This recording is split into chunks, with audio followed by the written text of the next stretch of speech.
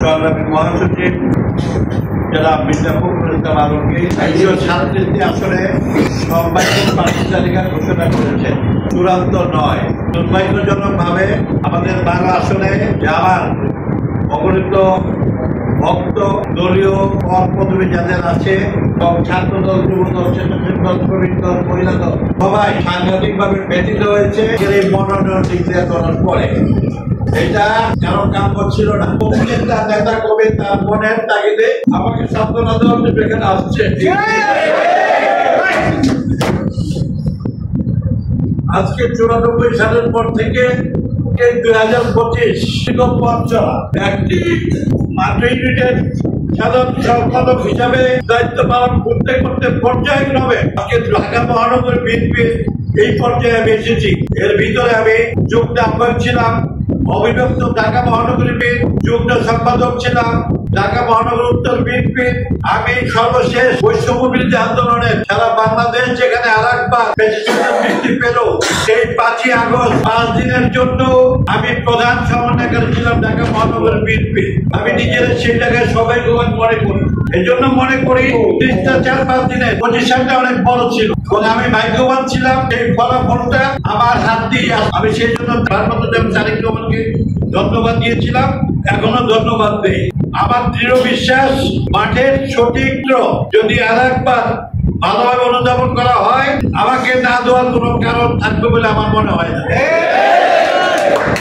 আমরা দল করি, দলের নিয়ম কানুন সব মানি, তারপরেও তো প্রত্যেকের ভিতরে প্রত্যেকে আলাদা আলাদা একটা বল। আমি আহ্বান রাখবো ধৈর্য ধরে শান্ত থাকার জন্য, এটাই চূড়ান্ত মনোনয়ন নয়। সুতরাং আমাদেরকে বলে নাই যে আমরা মাঠে কাজ করতে পারবো না, কিন্তু আমরা নিয়মতান্ত্রিক ভাবে ধানের শীষের পক্ষে কাজ করবো। ডিজিটাল মিটিং ধানের শীষের পক্ষে ভোট চাওয়া, পছন্দের প্রার্থীর জন্য বলা।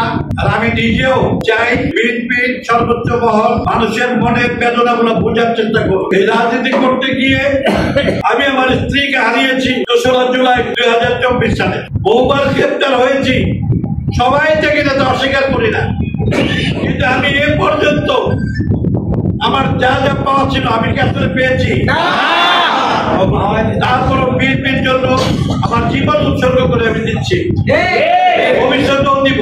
আমি চাই আপনারা ধৈর্যের সাথে পুনর্মূল্যায়নের জন্য চেষ্টা করবেন।